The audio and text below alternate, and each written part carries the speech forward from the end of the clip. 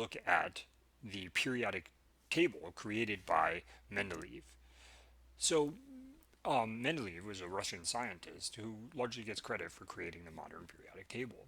And as we discussed before, on a periodic table, the atoms are sequentially listed. So hydrogen has one proton, helium has two, lithium has three, beryllium has four. And you could imagine a periodic table that's just a list of all of the elements from 1 to about 110 protons, one at a time, giving their properties and whatnot.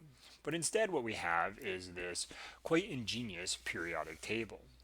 And the reason that the periodic table is quite ingenious is because things in the same group or family, which is a vertical column, have similar chemical properties. So lithium is similar to sodium, is similar to potassium, is similar to rubidium is similar to cesium. Fluorine and chlorine and bromine and iodine are similar, and so on and so forth. So elements in the same group or family have similar chemical properties. Then there are also these periods, period 1, period 2, period 3, period 4, which are your horizontal rows. Now elements in the same period do not necessarily have similar chemical properties. In fact, they usually don't. However, they are related to each other in the sense that they sequentially have one more proton. They also fill electrons in the same shell, which we'll learn later on in the course. So atoms in the same group or family have the same similar chemical properties, and atoms in the same period fill electrons in the same shell, which again we'll talk about later. So a question that could come up is they could say, for example, what is the element that's in period 3, group 5a? So if we look at period 3, group 5a, we would find phosphorus. Note that sometimes this is referred to as group 15 and sometimes it's referred to as group 5a. A lot of people prefer 15. I still often use the A group numbers, but that's basically that. A couple of other things to note about the periodic table is that these A groups, they skip some. So we have 1A, 2A, 3A, 4A, 5A, 6A, 7A, and 8A. And we skip all these middle ones, which are the B's. The A's, 1A, 2A through 8A, are called the main group elements, or the representative elements. And they're the ones we talk about probably the most in this course. The B's, these ones in the middle, are called the transition elements. And so we start at 3 to 12, or 3b, and then 1 and 2b are here. And we talk about them somewhat in the course, including later on in this chapter. The one down here are called the lanthanides and the actinides, and these are important. For example, in a fluorescent light bulb, these are what make white light possible, or one of the things that make white light possible. And they're important, but we don't really talk about it very much in this course. So the lanthanides and the actinides. You'll notice that there's a big gap here. You go from 57 to 72. Well, the 58 through 71 are here. This is 14 elements wide. So instead of making the periodic table 14 elements wider, they simply make it come out, and the lanthanides and the actinides exist down here. So this is basically how the modern periodic table works. And it's very ingenious, and the main reason that, I mean, there are many reasons that it's ingenious, but one of the main ones is that elements in the same group have similar chemical properties. And that's because they have the same number of valence electrons, which we will discuss shortly. Now, some of these chemicals groups, have common names. And this could come up in the homework, for example.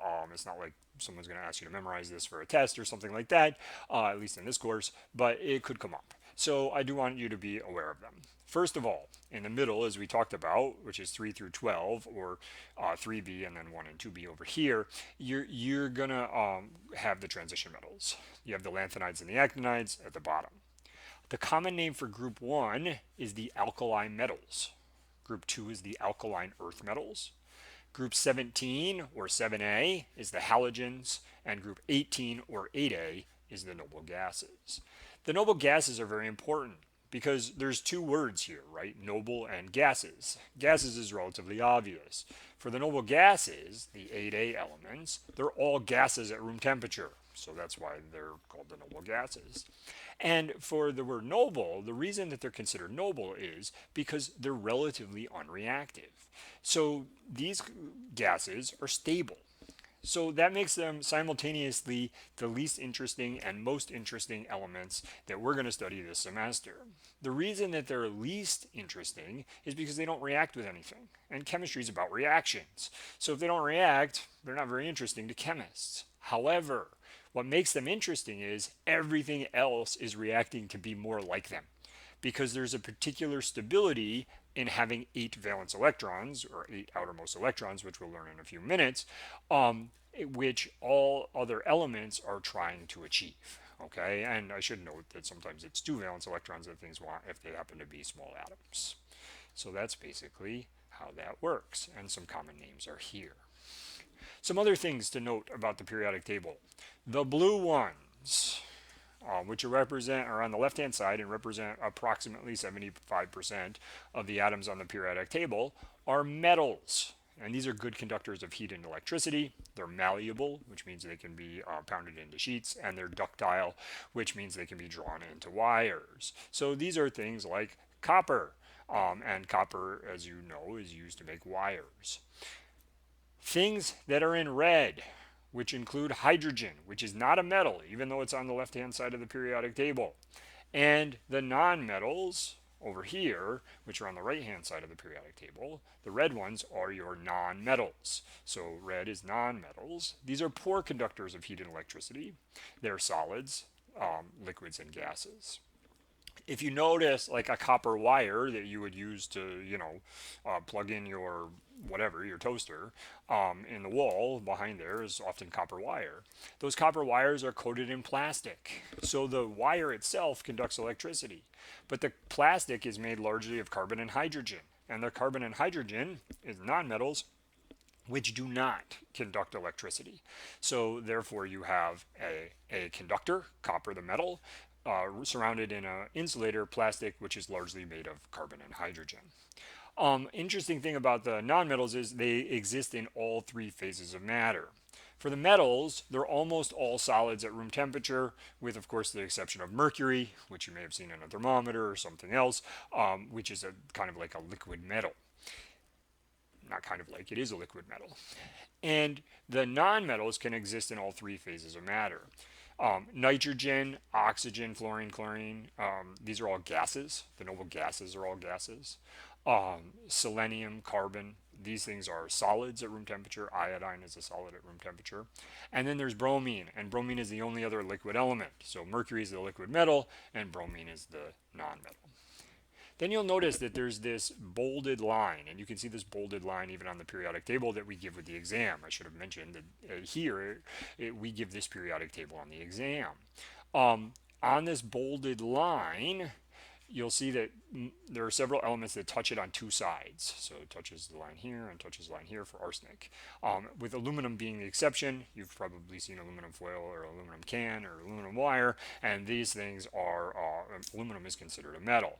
But the rest of these things are considered metalloids. And these have intermediate properties between metals and nonmetals. And if you think of silicon from Silicon Valley, microchips and things like that that are made out of silicon, these are semiconductors. So they can be sometimes on and sometimes off, which is very important for how a computer or a computer chip functions. So this gives you some idea of the metals, the nonmetals, and the metalloids on your periodic table. The other thing I wanted to talk about the periodic table before we get into valence electrons is the diatomic elements. And here they're shown in yellow. And basically these elements, for whatever reason that we're not going to get into now, but we will talk about a little bit later on in the course, exist as they come in pairs in nature. So hydrogen is H2. Nitrogen is N2, oxygen is O2, F2, Cl2, Br2, and I2. So these 7. One way you can remember this is this kind of looks like a 7. If you think of a 7 liberally, what it looks like.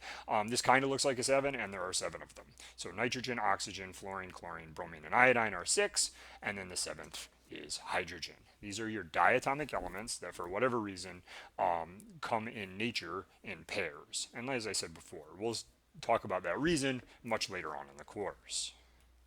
The last thing that I want to talk about isn't traditionally brought up in the second chapter of chemistry, but I feel that it's very important to understand to do what we're going to do next, which is talk about how these elements combine to form different compounds. And we're going to focus now on ionic compounds, which are made of ions, which, if you remember, an ion is a charged atom. And we're going to focus on that more in the next section. But here I want to give you an introduction to this. And I do want to let you know that there is a slide that has everything that we're going to cover here. And it's basically, it has everything that we're going to cover, but we are basically going to look at it in terms of, a piece of paper and that kind of thing. So it would be a good idea to take notes on this particular thing. So valence electrons. Valence electrons are the outermost electrons in an atom. So if you recall, lithium. Lithium has 3 protons because it's atomic number 3. And it has 3 electrons. And it turns out the common mass number of lithium is 7, so it has 4 neutrons. And we already covered this information about lithium in this case. So lithium has 3 electrons. But for whatever reason that we're not going to get into in great detail here, lithium has those 3 electrons in orbitals. And in the first orbital, which is called n equals 1, which again we're not going to get into here, we have 2 electrons. And in the second orbital, n equals 3, we have, or n equals 2, we have 1 electron. And it turns out that this 1 electron is the one that can interact with the world. Now, in a chemical reaction, protons can't change. So if something is lithium to start with, it'll be lithium forever.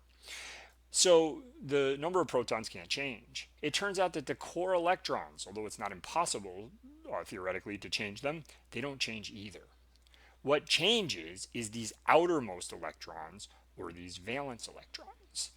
And it turns out, because the periodic table is an ingenious thing, that the number of valence electrons that these main group elements have, we're not going to talk about valence electrons for the transitions, but the number of valence electrons that these main group elements have is equal to their A group number. Lithium has 1, beryllium has 2, boron has 3, carbon has 4, nitrogen has 5, oxygen has 6, fluorine has 7, and neon has 8. So 1A's have 1, 2A's have 2, 3A's have 3, so on and so forth, up to 8A. And recall that there's something particularly stable about having 8 valence electrons, except for very small atoms, which like to have 2. So this is kind of what we're going to look at here, because it'll give us a better understanding of why ionic compounds form the way they do, which is the next section of the course. So now I want to make that table that we just talked about. And I'm going to make a very similar table to the one that you can find in the lecture notes on the next slide. But I do want to show you what it means. So what we're going to do is we're going to pick a group. We're going to pick the period 2 element. And we're going to identify the number of valence electrons. Whoops. So we're making a table here, and this is what we're going to do. I strongly recommend that you write this down. Note that it holds true for lower elements. So we're going to look at the period 2 element, lithium, beryllium, boron, so on and so forth, and it often doesn't hold true for boron, but that's okay. This is just an example. If we're looking at lithium, what we'd say for lithium also holds true for sodium, also holds true for potassium, also holds true for rubidium. So I mentioned a second ago that 1A elements have 1 valence electron. And I also mentioned earlier that lithium, sodium, potassium elements in the same group have similar chemical properties. these two things are related. The reason that these have similar chemical properties is because they have the same number of valence electrons. So everything we're going to do here for the period 2 element holds true for the lower elements. So we're not going to write them all because it would take a long time. We're just going to look at the period 2 element, but if we're talking about lithium, the same thing holds true for sodium. So let's look at this example. So the first thing we need to do is write the groups. So we have 1A, 2A, 3A, 4A, 5A, 6A, 7A, and 8A. And then I'm going to write the element in that group, the period 2 element, just we're doing the one at the top of the group. So for period 2, it's lithium, beryllium, boron, carbon, nitrogen, oxygen, fluorine, and neon. So these are the period 2 elements. Now I want to identify the valence electrons. Well, the valence electrons, because the periodic table is quite ingenious, are very easy to do. It's just the A group number. So the number of valence electrons for 1A elements is 1, for 2A is 2, for 3A is 3, for 4A is 4, for 5A is 5, for 6A is 6, 7A is 7, and 8A is 8. So this is the number of valence electrons. So now we have the beginnings of this table. And the next thing we want to write is what is called the Lewis structure. And the Lewis structure adds valence electrons as dots. And how you do this is, if this is element X, you can't see that, let me move it up. This is element X, you can think of it having 4 quadrants, like this. So if we look at lithium, we have 1 valence electron, so we put 1 dot in the top quadrant, if you will. So it has like 4 quadrants like this. So when we have beryllium, we put 1 dot in the top quadrant and 1 dot in the right-hand quadrant. For boron, and you notice we're filling clockwise, top, right, bottom. For carbon, top, right, bottom, left. Now nitrogen.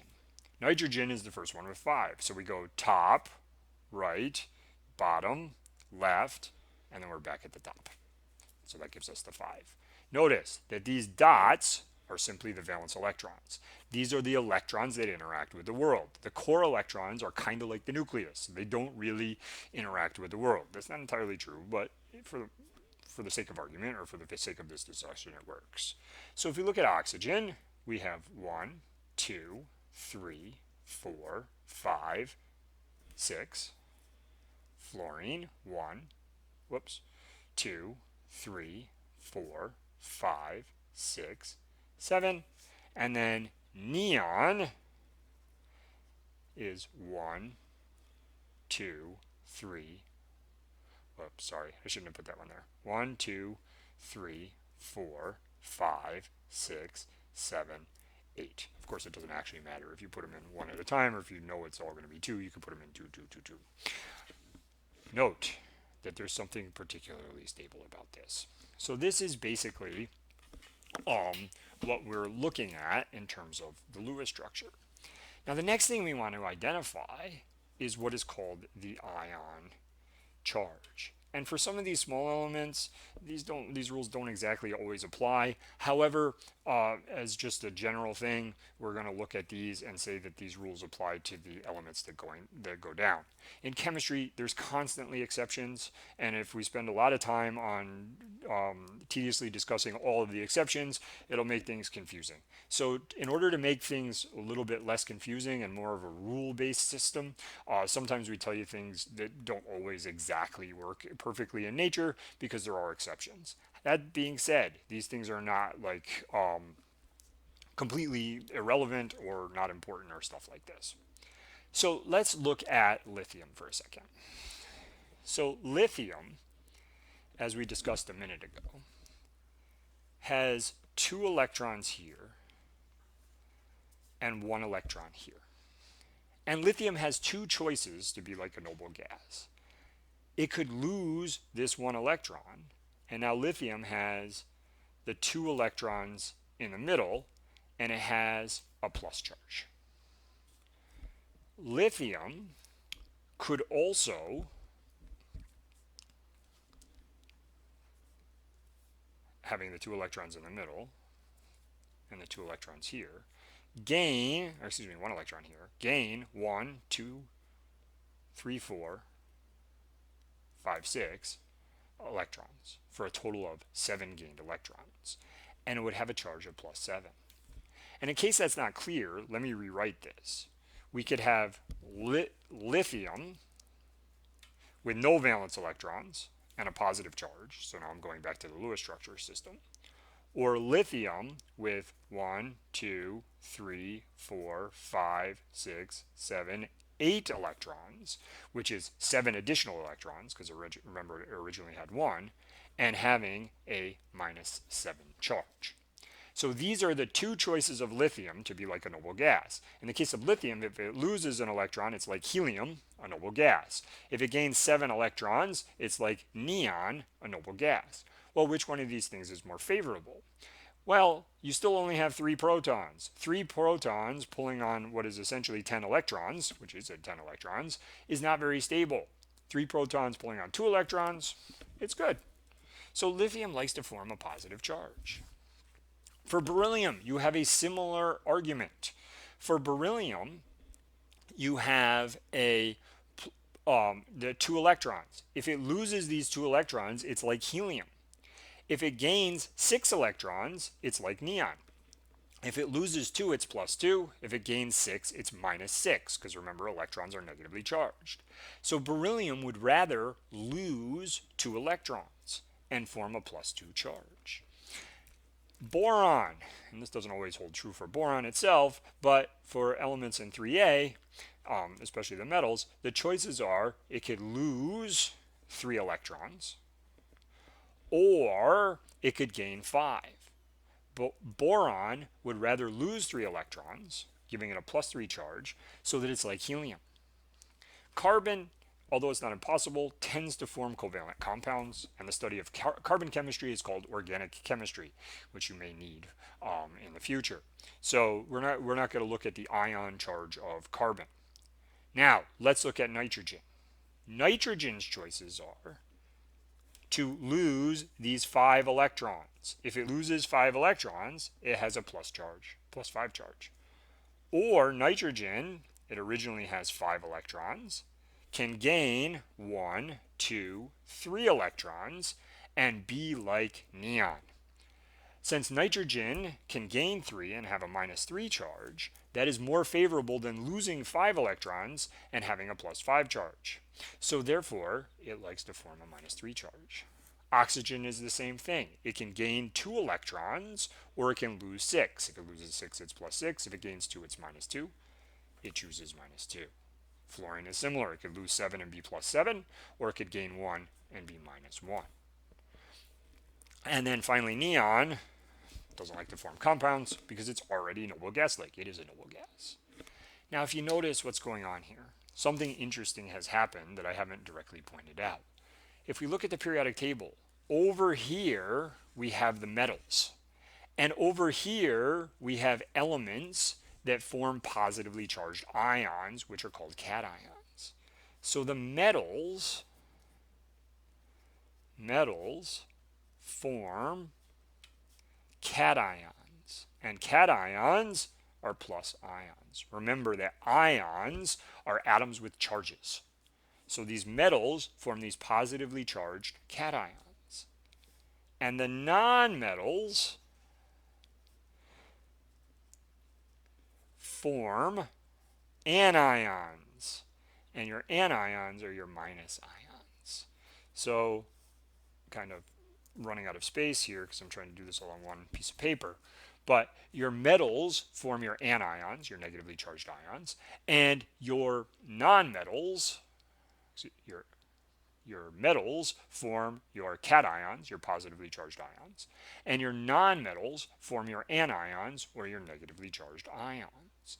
And the reason they do this is because by nitrogen gaining 3, or oxygen gaining 2, or fluorine gaining 1, they become noble gas-like. By lithium losing 1, or beryllium losing 2, or boron losing 3, they become noble gas-like. So this is very important to be more like a noble gas, they want to do these things. And remember, that what we say for lithium holds true for sodium, holds true for potassium, rubidium, and so on and so forth. What we say for fluorine holds true for chlorine, bromine, and iodine. So these are basically the ionic compounds that we're going to form. So now the final thing that I want to do with this information is look at a situation where lithium, which has one valence electron, is interacted with fluorine, which has 7 valence electrons. So now we have a situation where lithium says, hey, I want to get rid of 1 electron. And fluorine says, hey, I would like to gain 1 electron. That'll make lithium like a noble gas and fluorine like a noble gas. So it's mutually beneficial for this electron to be transferred. Lithium now has a plus charge. Fluorine, now with 8 valence electrons, or gaining an electron, now has a minus charge. You now have 2 oppositely charged species. And these 2 oppositely charged species attract each other. And what you end up with is LiF, which is called lithium fluoride. So we change the name of fluorine to fluoride. We end in ide, and lithium stays lithium. So the electrons are transferred, and then these two things attract each other. What's really important to remember about chemistry is it's not magic. So if lithium wants to get rid of an electron, it can't magically make it disappear. It needs to transfer it to something else. And if fluorine wants to gain an electron, it can't make it appear from nowhere. It can't just magically appear an electron. The electron has to come from somewhere else. So in this case, the electron comes from lithium and it goes to fluorine. Lithium is plus and noble gas-like and happy. Fluorine is minus and noble gas-like and happy. And what we end up with is an ionic compound, lithium fluoride. And the reason it's ionic is it's made of charged atoms, lithium plus and fluorine minus. So this is what we're going to look at substantially in the next section.